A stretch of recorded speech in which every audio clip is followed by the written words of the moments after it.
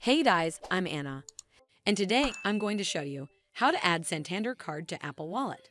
Now this video is going to be a step-by-step tutorial. So if you follow along, by the end of this video, you'll be able to add Santander card to Apple Wallet. So first of all, you need to go to your device settings, and then from here, scroll all the way down to Wallet and Apple Pay, and then tap on it. Over here, under Payment Card section, tap on Add Card.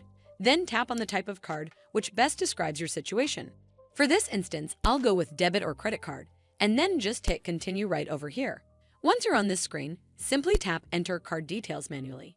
It'll then ask you to enter in the Santander card details, and then just hit Next and Continue.